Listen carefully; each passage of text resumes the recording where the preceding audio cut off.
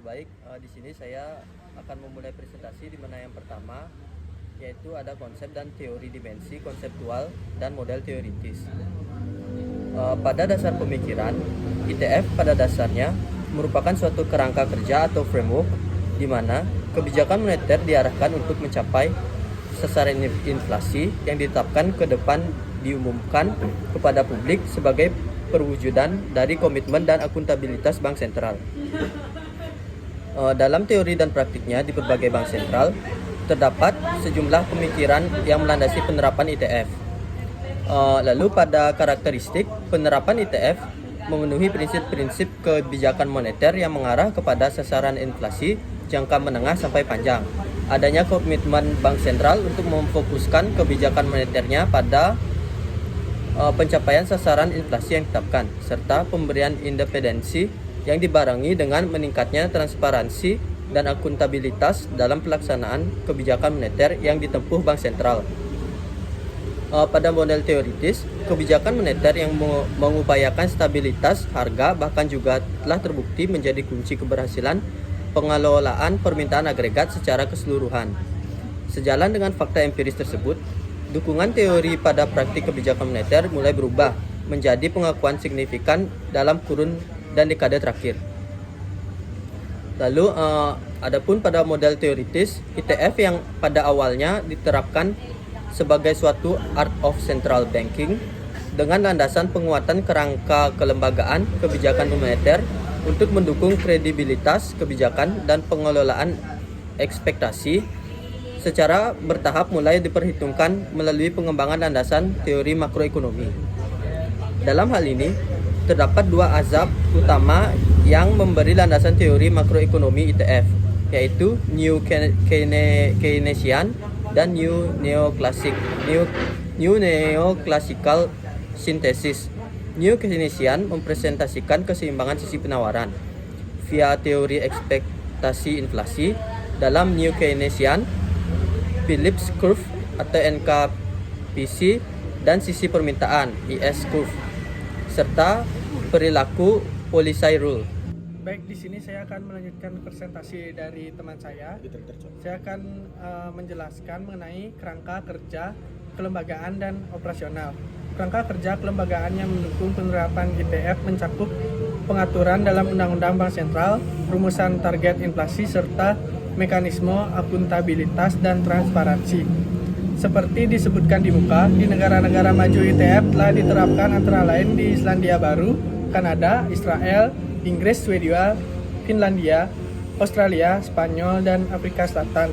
Di negara-negara MS, ITF diterapkan di negara-negara Amerika Latin seperti di Chili dan Brasil.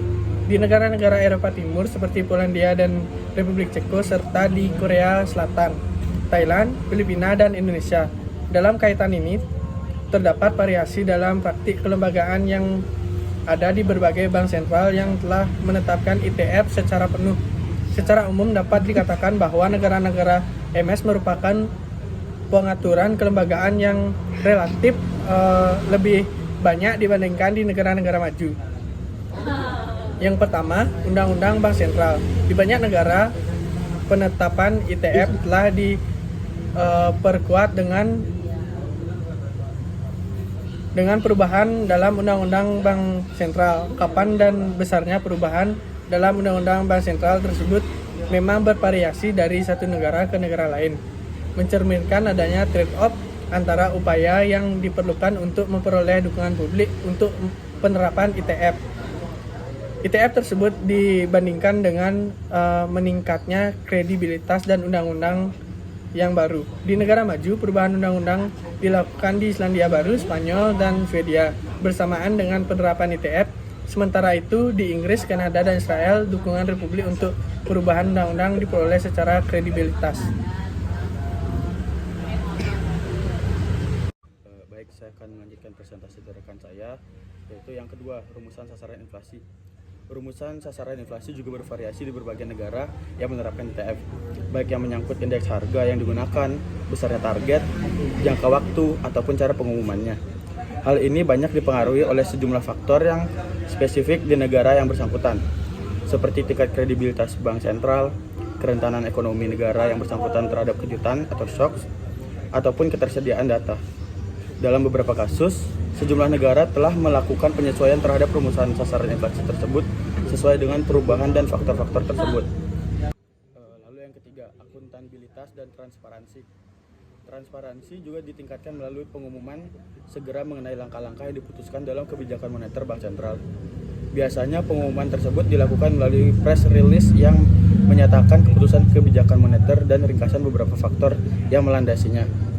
Pejabat-pejabat tinggi Bank Sentral juga memberikan presentasi mengenai berbagai perkembangan terkini ekonomi dan keuangan, pencapaian sasaran inflasi, dan kebijakan moneter yang ditempuh kepada berbagai pihak, termasuk kepada media massa. Langkah-langkah ini perlu untuk meningkatkan pemahaman yang lengkap dan luas mengenai tujuan kebijakan moneter dan kinerja bank. Mungkin sekian yang bisa saya berikan. Terima kasih. Yang kedua ada kerangka kerja operasional. Penerapan ITF memerlukan penajaman strategi dan kerangka kerja operasional kebijakan moneter yang dilakukan oleh Bank Sentral. Pada pelaksanaan kebijakan moneter di Bank Sentral yang menerapkan ITF yaitu berjalan sebagai berikut.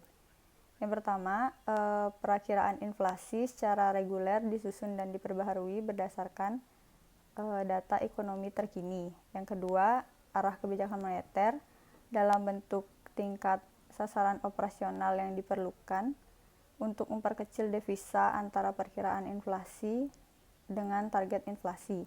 Yang ketiga, ada faktor lain seperti perkembangan internasional dan kejadian politik yang diperkirakan dapat berpengaruh terhadap timing dan besarnya perubahan sasaran operasional yang dipertimbangkan.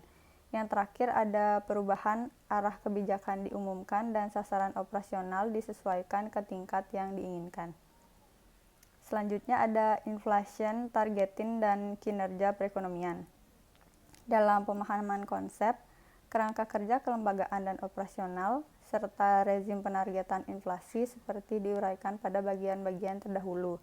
Pernyataan yang kemudian muncul adalah apakah penerapan ITF sebagai kerangka kerja kebijakan moneter memberikan kontribusi yang positif dan signifikan terhadap kinerja perekonomian dan Bank Sentral. Bagian ini akan mereview sejumlah hasil pokok dari studi empiris tersebut, terutama studi yang bersifat komparasi antar negara untuk memberikan pandangan yang lebih objektif mengenai pro dan kontra terhadap penerapan ITF. Pembahasan akan ditentukan pada dua topik. Yang pertama, pendapat yang menyimpulkan sejumlah cerita berhasil antara ikhtisar dari berbagai studi empiris di negara-negara ITF yang menggunakan ITF tersebut. Baik, sekian presentasi dari kelompok kami. Terima kasih.